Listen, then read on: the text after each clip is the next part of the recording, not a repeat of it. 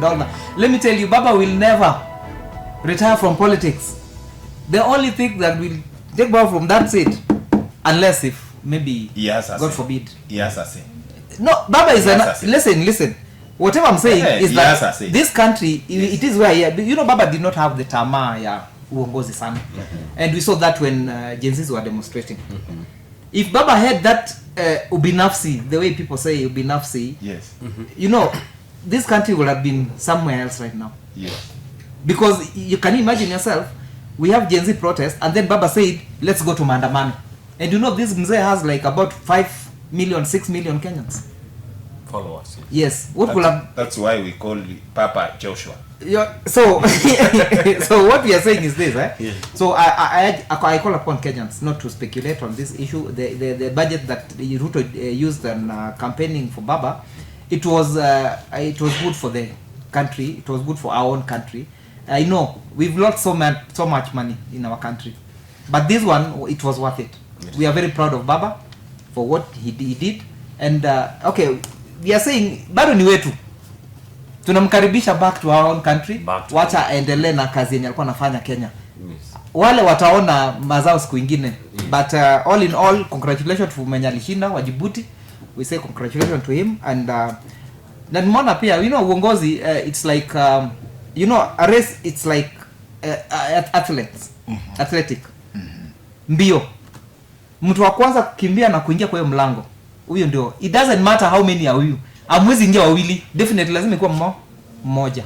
So whatever I'm saying is that me, I can only tell Baba congratulations because you did as well. We are very proud of Baba. Na kwa wale wenye walisema kwamba those people wanafurahia kwamba ati Baba lost a seat, let me tell you, the reason why Baba pulled out from that race is that there are some African countries that did not vote, isn't it? Yes. Yeah, they did not vote. So we cannot say as he did not lost the seat. It's only that the number of votes ndio haikuja. In politics, you are not losing. You are winning until you've won. You don't lose. Yes. In politics. You're winning until you've won. You've won. Yes. Wacha niongezee mwenzangu. Sawa. Something amesema, watu wanasema. Na ni kweli, watu wanasema. Na ni sisi tunasema. Sisi tulikuwa tunaambia Ruto. Ause kwota Kenya. Juu chini. Hakikishe Papa amepata AUC. Yes. Sisi ni msukumo wa ODM. But why all this criticism? Sasa uhusiana ni Kenya. Sikia. Ni sisi tulikuwa tunasema Ruto afanye juu chini, hata kama ni kwota Kenya auze. Ndio sasa umesikia watu wanasema walitumia pesa. But ukiingia ndani hakuna pesa ilitumika. Papa ni Papa, ni mtu ambaye anapendwa na nchi. Do you know Papa to get 23 votes, it is a Ruto. Ni mtu ambaye anapendwa barani Afrika. Yes, Papa. So kwa hivyo tusije tukaseme Ruto alitumia pesa. Kama alitumia pesa, mtu ajitokeza asema alitumia hii na ikatoka kwa account fulani, hiyo pesa ikatumika. I know sisi kama wana ODM ndio tulikuwa tunatumia pesa, si ya Ruto. Si ya Ruto. Yes. Atambo Jannai. Yes. This is Baba's 6th loss in the political contest. He has been losing, and this is the 6th now. And now he's back to Kenya. We don't know. He was winning, but he was losing. Yes. Don't say he was winning, but don't worry again. Tutaangalia penye nyota ya Baba ilienda, because maybe there's somebody who took that nyota na akatupia nayo. Yes. Who knows? And now Atambo is back to Kenya. Yes. Yeah, we have seen him with Ruto, and we don't know if he is going to form a coalition with Ruto, that is in the 2027 election, or what is cooking between Baba and Ruto. Being political analyst, what can we expect in the 2027 election in regards to Baba and President Ruto? First of all, the bid for Honorable Raila Odinga to vie for AUC chairmanship, that he happened to actually withdraw. He said he didn't lose, so we don't have to call it a lose. Mm-hmm. We say that he withdrew because he didn't go to the last round as expected. Yes. And which now can be termed as a lose for him because somebody else, as he said, he used that as an example of entering a door. Somebody else from Djibouti got an opportunity to occupy that particular seat to lead Africa. Yes. When we're looking at the Kenyan politics, you know, we have had speculations, as one of my colleagues here has been saying, that people are speculating that one of the reasons as to why Baba lost it is because of the things that have been going on in Kenya. It is because he was backed by Ruto. It is because of ABC. There are so many reasons that have been given. But at the end of the day, when you are in a race, one has to win and somebody has to lose, regardless of who it is. Yes. Are you saying that? So any race is always unpredictable. Who is going to win? Like, for example, right now, we can sit down, hold opinion polls, say that now, if Ruto does A, B, C, D, if he gets A, B, C, D, he will win. But are we guaranteed that he will win? No. We have had a lot of polls since some years back about Honorable Raila Odinga winning, but has he been winning? Are you saying that? So there are things that there is a difference between the reality on the ground and the speculations that we as Kenyans have. Also opinion polls. We have social media these days, and that is why we are seeing these things, because people are expressing themselves so fully, courtesy of social media, and they have to speak a lot of things. So we never know what reaches where. Are you seeing that? There are some comments that maybe can be filtered, and if they reach us, it can be a bombshell to us, and we can fail. How are we going to even discuss this? Are you seeing that? So as a country, I feel like whatever Raila did was good because it was to represent us as a country. Yes. That is a fact that we cannot do away with. Then him being backed by the president was a normal thing. Yes. The president not backing him up, then who else could have backed him up? Yes. Yeah. Are you saying that? So he had to be backed by the president. The only fear that Kenyans are having is the effort that the president put in place. That he really put extra effort as expected by many, that he could really go, he could be really close, they could walk together, they could drive together, they could sit and dine together. Most people never expected that. Yes. Are you seeing that? So maybe that is what raised so many questions about the amount that was spent.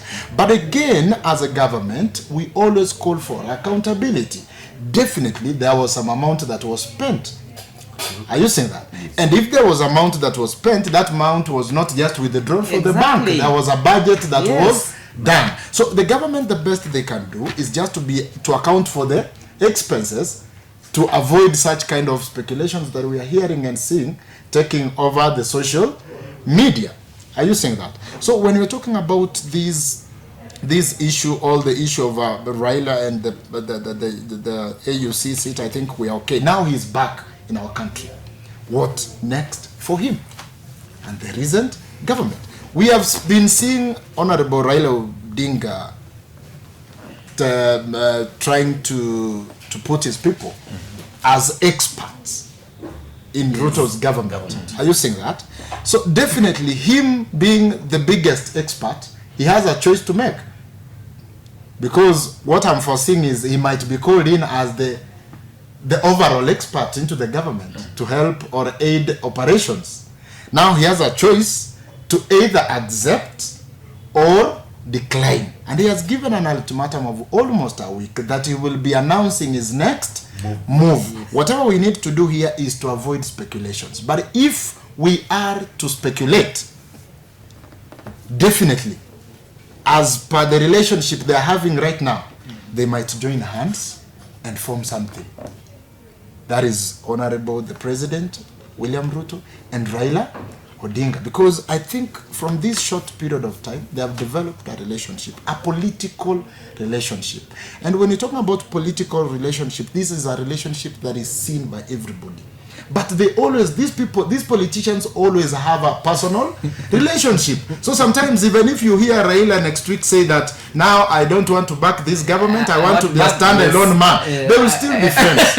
It is only us down here who will be quarreling and saying, oh, ABCDs, but they will still be friends.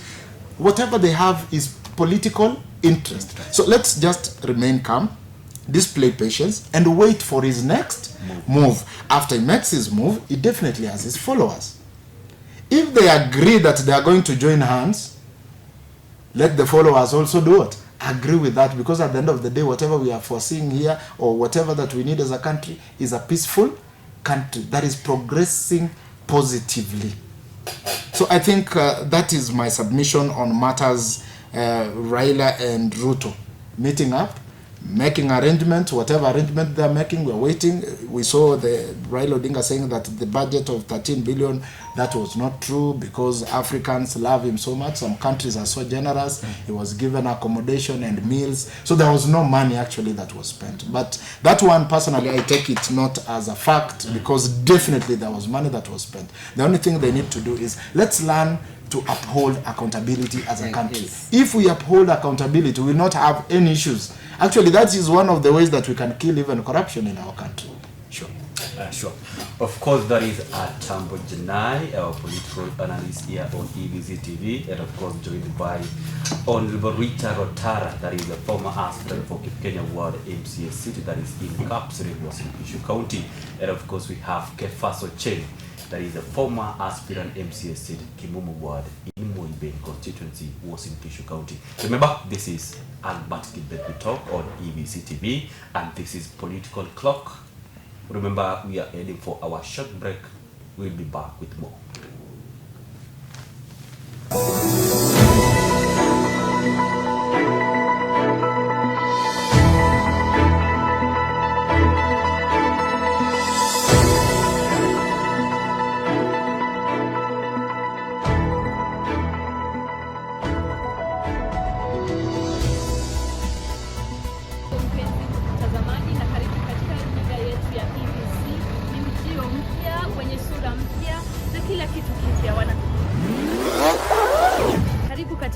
Yetu ya EVC katika kaunti ya Uasin Gishu, katika mji mpya wa Eldoret.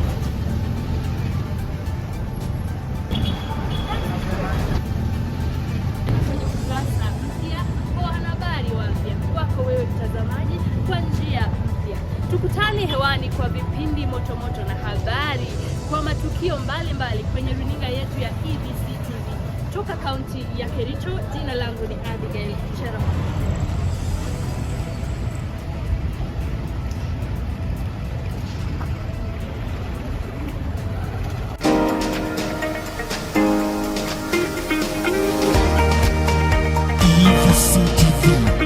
Transforming the youth.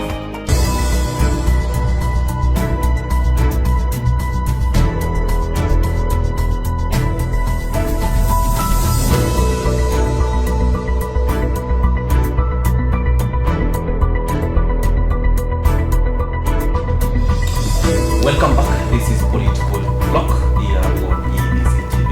Remember, I am Talk Albert Kibet. Remember to find us on EBC TV on Facebook and also at Albert Kibet Talk. Here today on Political Block, we are joined by Kephas Ochieng, former aspirant for Kimumu Ward in Moiben constituency, Uasin County, alongside Richard Rotara, that is the former aspirant for Kenya Ward in Kapseret, Uasin County, and of course Atambo Jannai, our political analyst. Welcome back. Thank you. Want to edit to now on the other side of politics, that is the former deputy president Rigathi Gachagua. Recent days is captured saying that if Ruto removes or in by any incident Mother Kome, that is the Chief Justice, is ousted out of the office, then President Ruto should not step in Meru County or maybe Mount Kenya. We've seen utterances of Rigathi Gachagua being anchored by Ruto, terming Ruto as a cheat, if we may call that. So, Kephas Ochieng, is Gachagua right to say that Ruto should not step in Meru just because Mother Kome is also out of the office, maybe by the same president?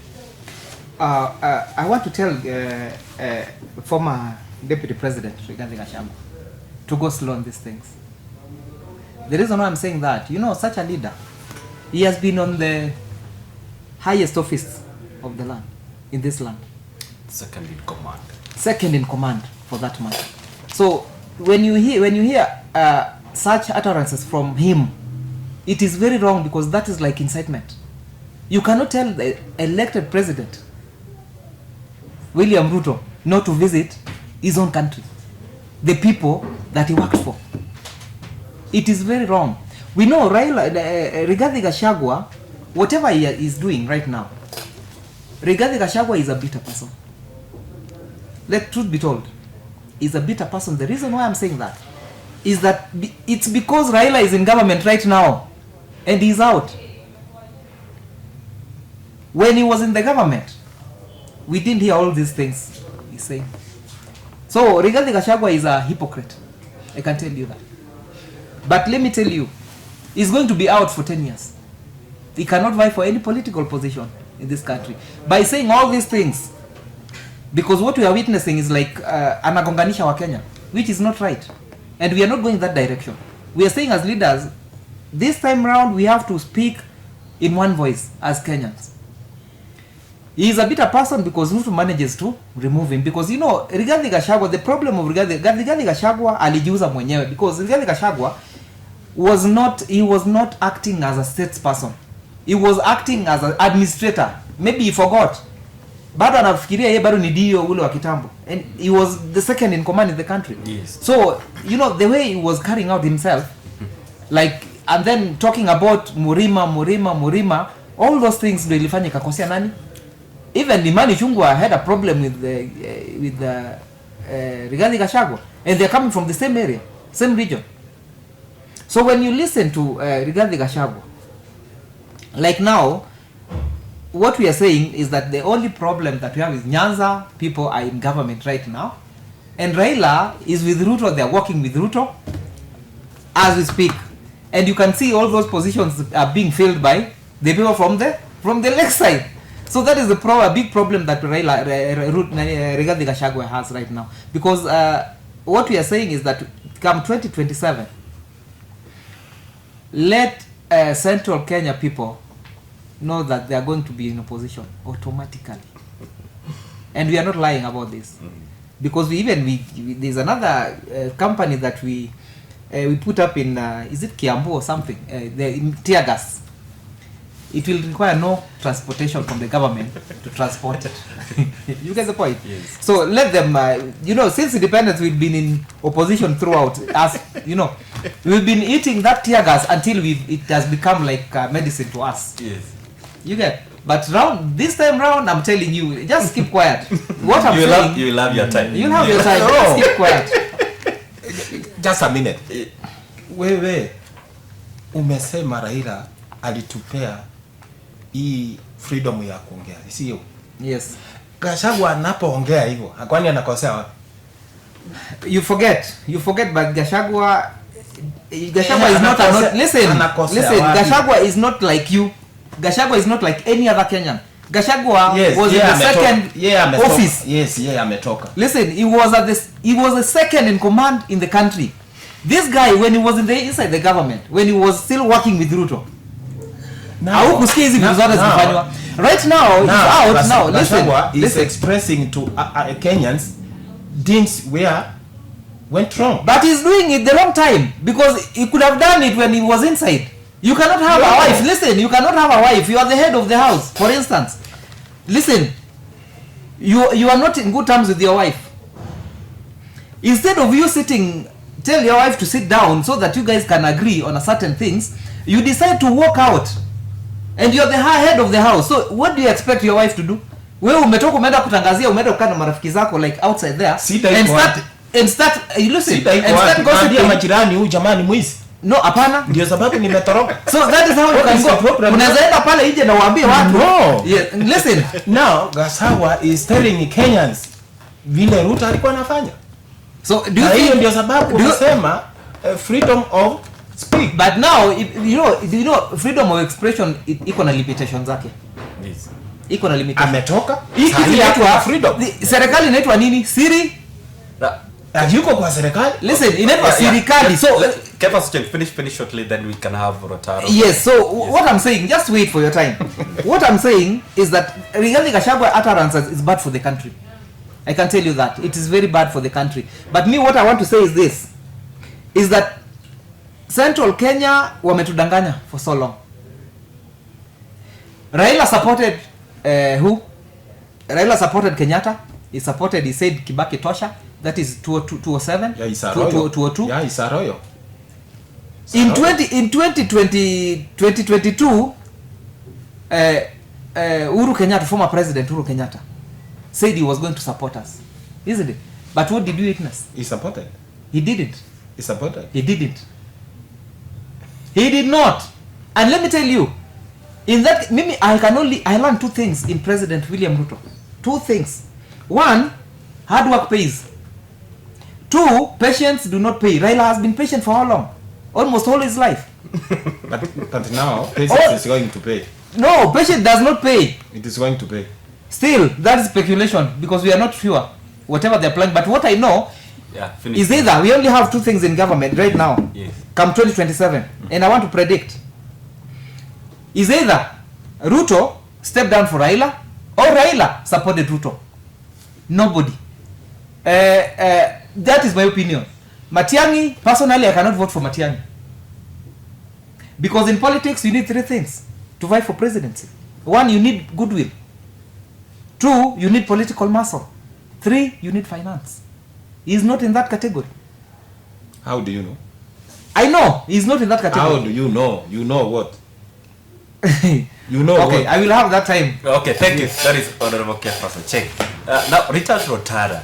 You know, this has been a lot of, there's been a lot of speculations on this matter. And, you know, Gachagua said that he will lead a demonstrations if Martha Koome is removed from office by the state, that is by President Ruto.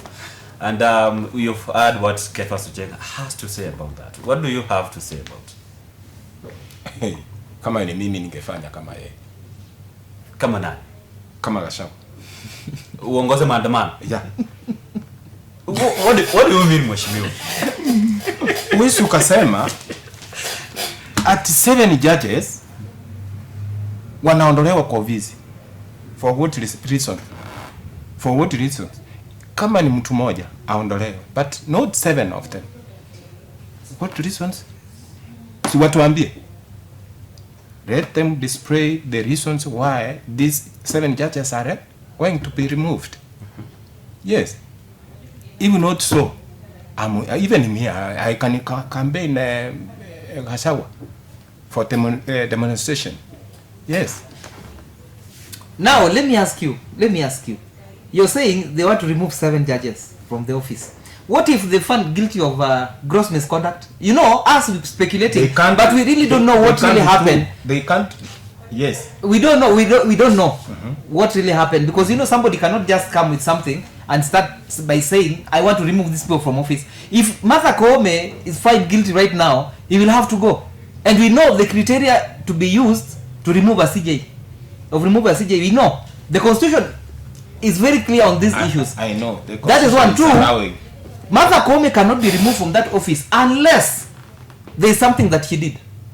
And we've seen so many cases in courts.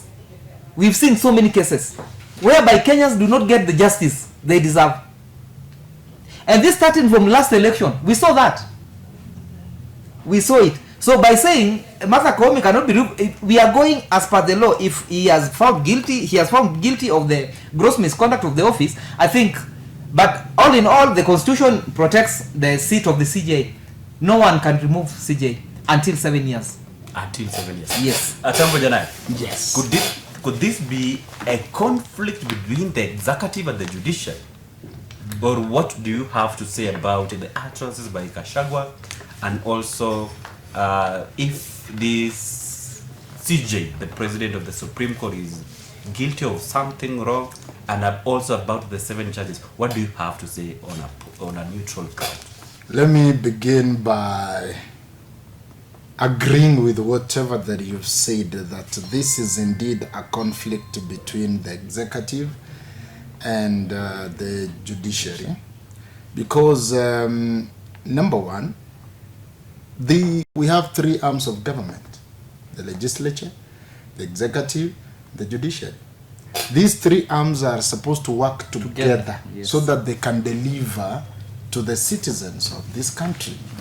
But when you start realizing that there are wrangles again that are sometimes politically affiliated, then there is a problem somewhere. Are you seeing that? So to start with, before I touch on matters regarding Gachagua, this issue of the Chief Justice Martha Koome, if indeed there is any allegation or any aspect of gross misconduct, or she's found guilty of anything, then she's not proper to hold that particular office. Because we are not going to look at people undermining citizens, not giving them justice or good services as they deserve according to the constitution, just because their surnames are from some area. Yes.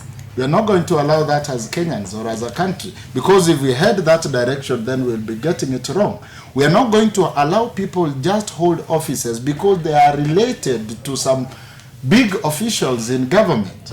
Are you seeing that? We need to do these processes in black and white, openly, so that we know that why or what is happening. Instead, the thing we need to do is avoid a lot of propaganda. Let's get facts on the table. Are you seeing that? You know, sometimes the media is so good, they put so good, appealing headlines on the newspapers so that they can set agendas, agenda setting purposes. But the impact is what we need to look at. What facts do we have? What has she committed? Because I think nobody has come out so clear to tell us why they need Martha Koome out. They are just claiming cases. What cases? Those are things we need to know. Graft cases. What? Sorry for that. What graft cases are we talking about? Are you seeing that? So if at all we see that, then we'll have no problem with the hosting of the Chief Justice, so that it will be a lesson for any other leader will hold a bigger office as such, not to misbehave. I like what former Chief Justice Maraga did. When he nullified elections, he made history that it is not automatic that you can go mess around with elections and claim victory. It is not automatic. We have a constitution that has to guide us. So it is not bad. The same way I'm saying that impeachment of the deputy president, let's leave the name aside. Let's talk about the office. That a deputy president can be impeached. Yeah. We won't be surprised in future to see a president also being impeached. Yes. So that we know we are living in a country that is abiding by the laws. That again, we are living in a country where the will of the people is more important and powerful than the will of individuals or who claim to be politicians and representatives of the people. Are you saying that? Now back again to what Rigathi Gachagua was saying about the president not accessing Meru, if at all Martha Koome is hosted. That is very wrong. Very wrong, not from an office or the office you used to hold, but even as an individual. You should not threaten or intimidate somebody that if you do this, you will not step in Eldoret. If you talk bad about, or if you correct Kotimoja, Chelilim, then you will have to go out of Eldoret. We don't want to live in such an environment in this country. We are one country, one nation, and nobody should be told now, you are not going to come here if you don't support our own. You are not going to come here if you do this. We really need to do away with such kind of politics for a safer tomorrow. Because when such leaders speak such things, what are we teaching or training the young generation that are coming up?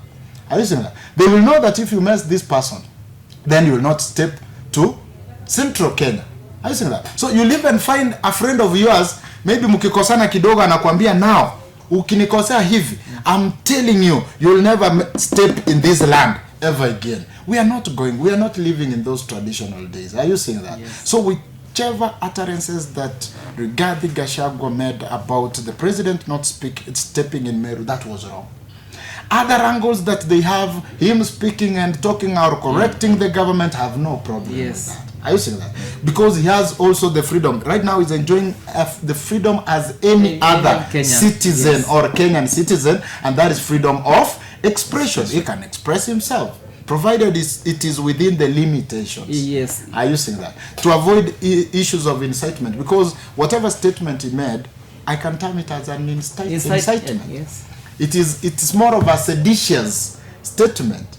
Are you seeing that? And we are not going to allow such kind of utterances in a country that we're really praying for to be a peaceful country, especially now that we are almost nearing elections again.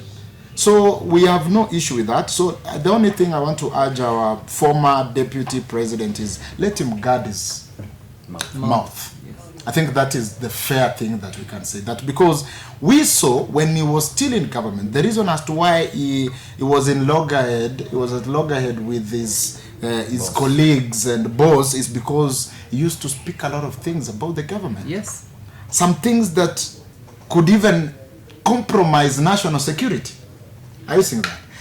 The core mandate of the government is to ensure that people or the citizens are secure and live in safe. peace. Live in peace. Yes. So if any statement is going to compromise that peace, then you don't fit to be there. Actually, it was to be prosecuted. Yes, Gachagua utterances infringe other people's rights. So if at all the utterances are going to compromise national security and the well-being of people, then we will not allow that. But him saying about what the president used to do wrong, that one I agree. Yes. Let him tell us more. Yes. We need to hear more. What really used to happen in that state house? Are you saying that? We really want to know that. We really want to know who stole what. Where did that stolen money go to? Because he has been there and he knows much. But let it not look too personal.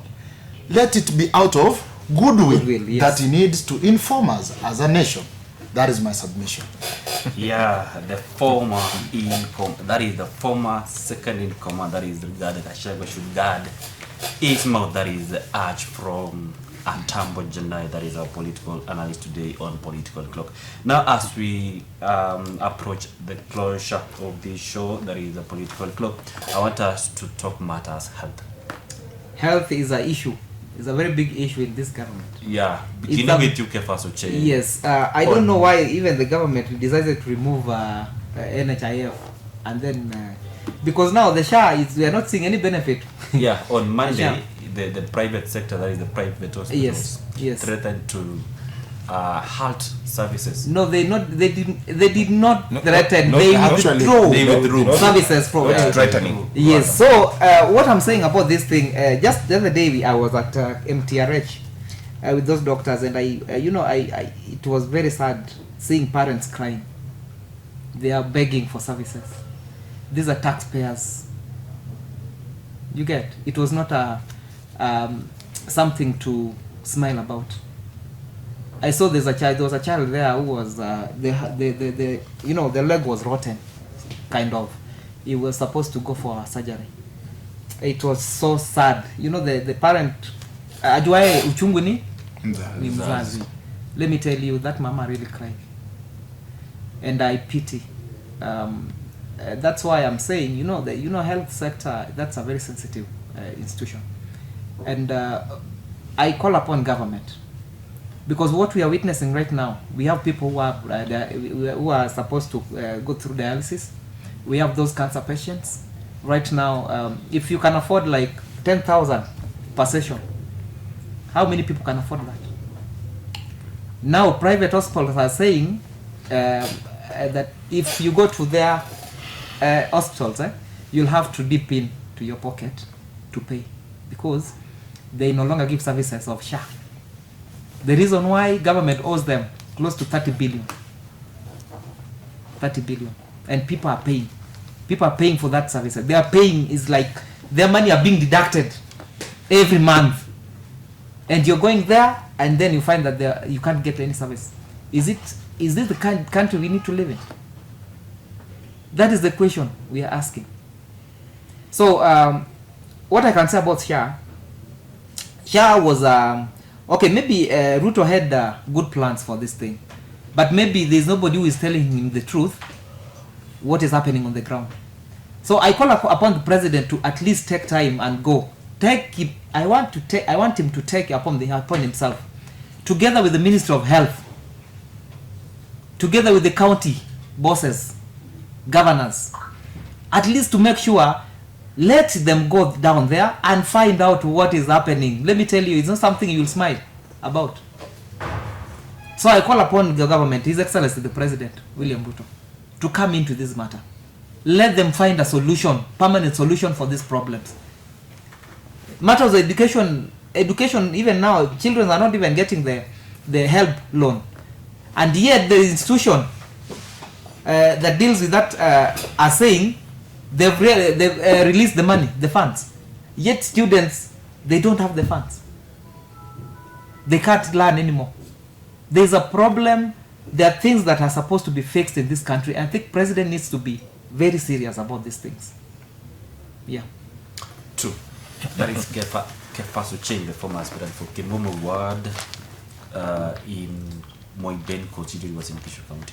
Now to Honorable Richard Rotara. If you go today to a private hospital, you won't get services there.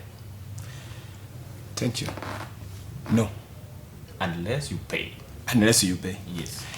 This thing, SHA, she, and so on. There before, I was going round and around claiming about SHA. I was going, myself, I was just going around and to see what's happening about the SHA and she and whatever. And I told the people, SHA, it is a scam. SHA, it is a disease. And it is coming, it is going to come like a chronic disease to our people.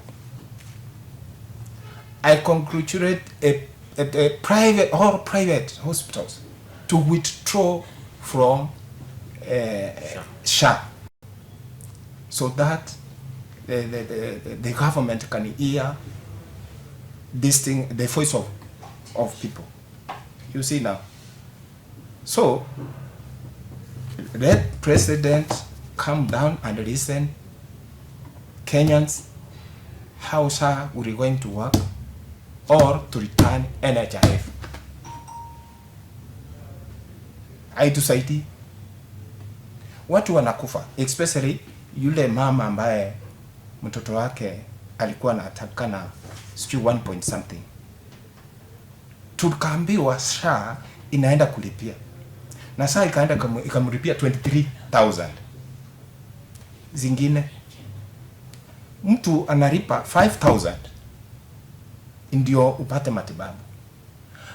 Now ukisoma gazeti kila wakati tunaambiwa registered members SHA, it is 17 million. If you as a member of SHA, you paid 5,000 times 17, alafu unakosa 30 million kulipa private hospitals. You see, mimi niliwaambia hii ni scam, my friend. Hii ni wizi ambayo imekuja kuibia wa Kenya. Ni kama hii pesa zenye tunalipa e-citizen. Wewe unalipa ikienda kwa nani? Wewe umeifuatilia ujue tunalipa na e-citizen inaingia kwa account ya nani? Ya serikali. Nani ana control? Ana hajawahi tuambia kutoka hii mwezi mpaka mwezi fulani. Kenyans, they have contributed a such amount. That's none. So, wakati mtu anapolipa pesa kwa SHA, this is a rot woman. Na unashindwa kulipa private hospitals ili tupate matibabu. Kwa hivyo, President arudishe NHIF vile ilikuwa. Tuachane na mambo mengi ya kutuambia ni kuboresha maisha yetu. Si kuboresha maisha yetu, ni kuua wa Kenya. You see, the system of SHA, so many people do not understand how this thing works. Hapo nyuma, when you used to pay for your NHIF insurance cover, it was going direct to the institution direct. But right now, if you pay that money, you pay through what? eCitizen. So that means eCitizen, that money goes direct to the national government. It is a direct before it goes to the hospitals. Yes, and for it to be effective, it will take like about 3 months. So for instance, if you are sick right now, how will you get that services? I think that's where, in this country we have the best policies ever. The only problem that we have, those people who are supposed to implement these policies, that is where the problem lies.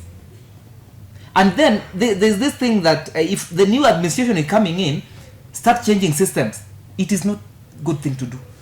You cannot interfere with the previous systems we are using, because when we had NHIF, we didn't have all these problems. People were used to that system, but now we have new one that they are supposed to get conversant with, which is very, very, it's very hard. very hard. Yes. Now, Atambo, Yes.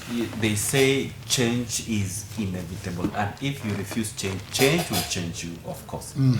We've changed from NHIF to SHA. And you've heard Richard Rotara saying that NHIF was better than SHA, as he said that SHA, she, whatever.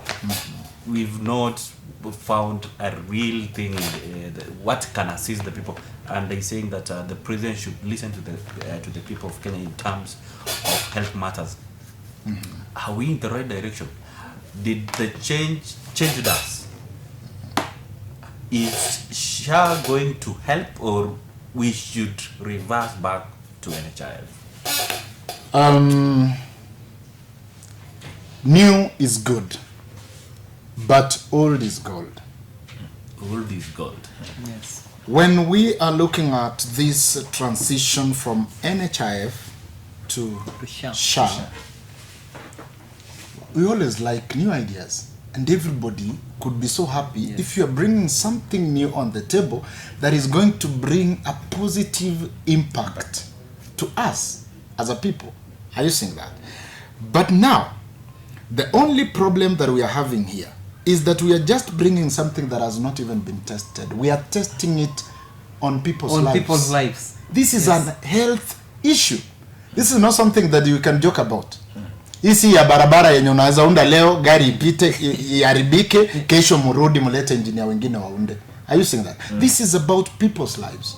Now, to start with, we had NHIF.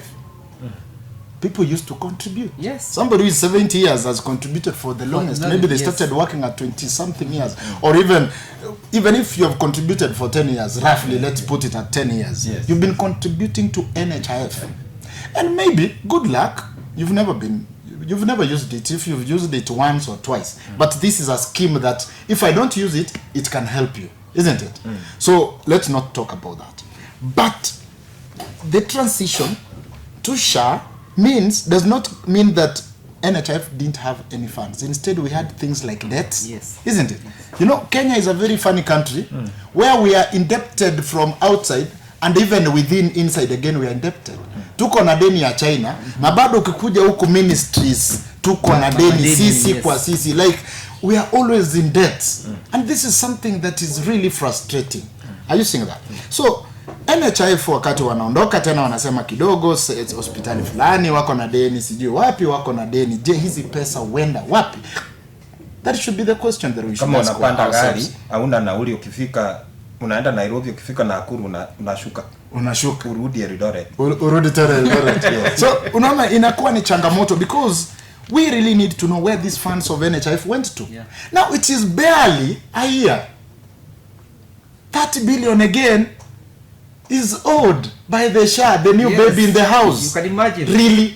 Are we heading the right direction? So I think the government brought this. It was a nice idea, but this idea is messing us up. Let's just go back to whatever that we are used to. Let's just close our eyes, open up, go back to NHIF, because it has been there. It is already there. We know that the transition backwards will not take a lot of time. Yes. So that at least we save lives. Unless we are living in a country where our top politicians want people dead. They want to lower the population, because indeed, if you are not giving people good health, then they will die. If we go back to NHIF, it means the president might remove the e-citizen process. Now we have talked about the e-citizen process, which we are paying through which is not bad. The initiative again of e-citizen was just there to curb corruption. Are you seeing that? Yes. But now it is making the process to be even longer, because the government wanted these funds to go through the national government so that they can monitor the payments and see how much this is earning, so that we can at least leverage our expenditures within our country borders. But now this process is not constructive. It is not giving good fruits. But it is not because it's a bad idea. Yes. It is because that the people who are there to implement it. Because how long can a system take? You've paid through the government. Yes. And we say that the government will be paying on a daily basis to the respective bodies on a daily basis. Yes. What can that cost Now us? the problem is not even the system. You know, the new system, everything, I think it's fine, because we are used to these new systems. But now the problem lies within the Ministry of Health. The CS of Health needs to tell Kenyans the plans they have for this country, because let me tell you, you cannot tell me you want to change the system and you don't have the plan to help those people who are benefiting from these things. Those people with chronic diseases, those are the people that they're supposed to start with. Yeah, sure. Yes, we want to take this thing. This thing needs to take off. But now let's ask this question: where are these people with chronic diseases? How will they get help as we continue processing this new system? You get the point? How are we going to at least let's have a plan on how we can help these people, so that as in we go gradually. Yeah, sure. I think, because I know we cannot get used to it immediately. You see, yes. Nasa weka msema, sijui nasa sema kama ni msema. Swara anapokimbizwa na simba, anakimbia kwa sababu gani? To save life. Na simba anamkimbiza afanye nini? Akule kitoweo. Apate kitoweo. Sisi ni wa Kenya. Sisi tunakimbia to save our life. Serikali inatukimbiza ipate chakula. You see now? Okay. So hiyo ndio Kenya tuko. When we talk about this issue, hiyo ndio Kenya tuko. Yeah, sure. Yes. So tukizungumzia this issue of SHA, I think sisi ni chakula ya simba. The government should really try to be empathetic, because I think whoever that have been put in place to be in charge of this issue of health, they're not empathetic. That is why you saw a lady who went to the health ministry being prosecuted just to go and say that SHA is not working. You can imagine. Yani CS amekaa ametulia, anaona mtu amekuja kusema kwamba na alikuwa mgonjwa. And our policemen, I don't know I think we need to reform our police forces, because wanaenda wanachukua mtu hospitali wanamvuruta tena wanampeleka. You see, that is so absurd.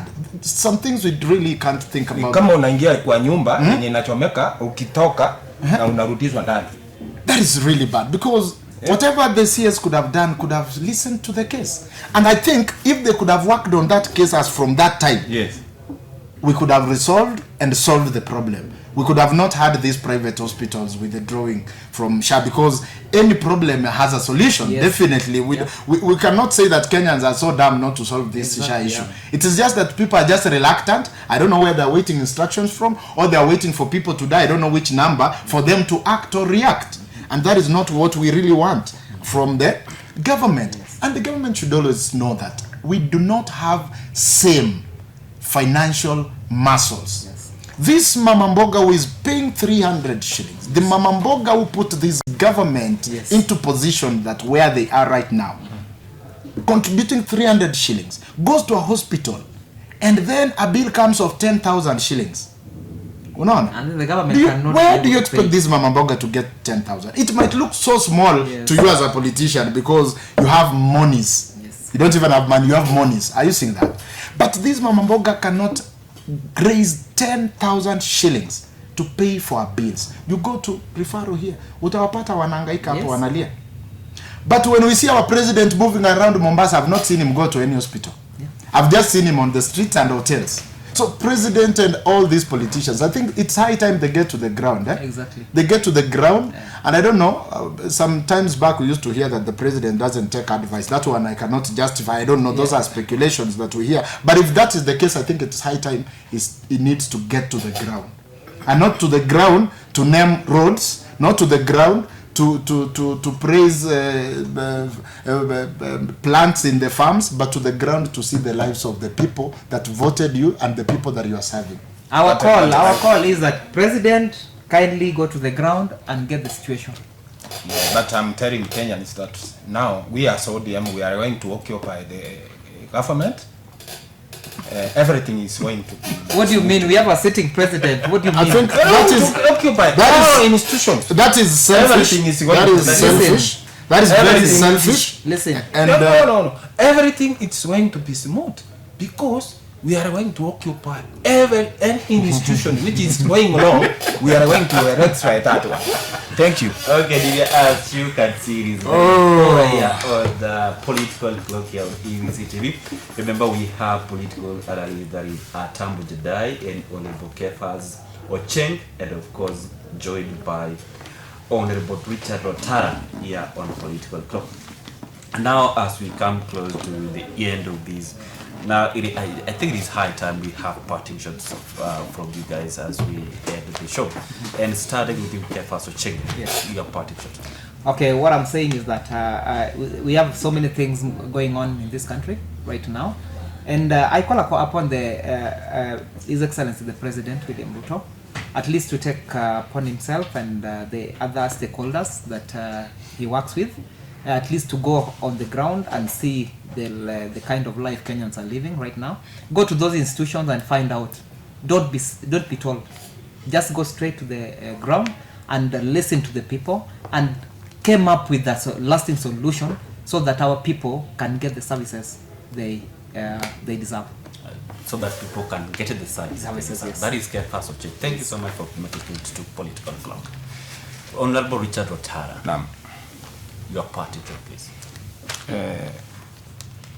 Let me say, mine is to our His Excellency President William Ruto. Me, I'm always going around social media to claim I'm an activist, by the way.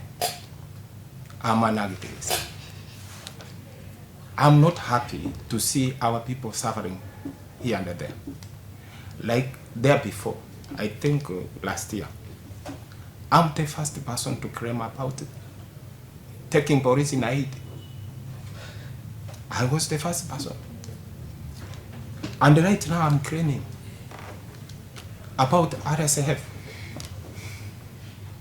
to come here in Kenya and do their things without knowing our people. Now, we have come to SHA now. We are crying about SHA. Why can't the president listen, Kenyans? That's what I have. Thank you. Thank you. And finally, Atambo, Jannai. All right, thank you. Mine is just to say this, that this is to the president. Mr. President, don't wait for PhD people to advise you, as you said. Because if you are to be voted by these PhD holders or doctors, then you could have not even secured a million votes, because we don't have over 1 million doctors in this country. So the claims of you being advised only by the PhD holders, that was wrong. Listen to your people. We are your people. You are serving us all, and know that each and every individual in this country's life matters a lot. If that gets unto you, then I think it will be so smooth. You'll get to the ground and know how things are, instead of listening to your let me call them psychopaths. Yeah, those people are just there to tell you things are good, SHA is working. Hawa watu ni kelele za chura. You know, watu kama mlisoma tamthilia in high school, they used to have such kind of people, and they really taught us well. we have taken the country to the right This is not the one to rest. direction. I think that will be in order. Yes, thank you so much. That has been political analyst Atambo Jannai, joined by Honorable Richard Rotara, the former aspirant for Kipkeny ward in Uasin-Gishu County, and also Honorable Kephas Ochieng, former aspirant for Kimomo ward in Moimbei constituency, Uasin-Gishu County. This has been Political Clock here on EVC TV. Remember to find us on Facebook at EVC TV and also at Albert Bitok. This has been Political Clock, and Political Clock comes to an end. Until next time, see you.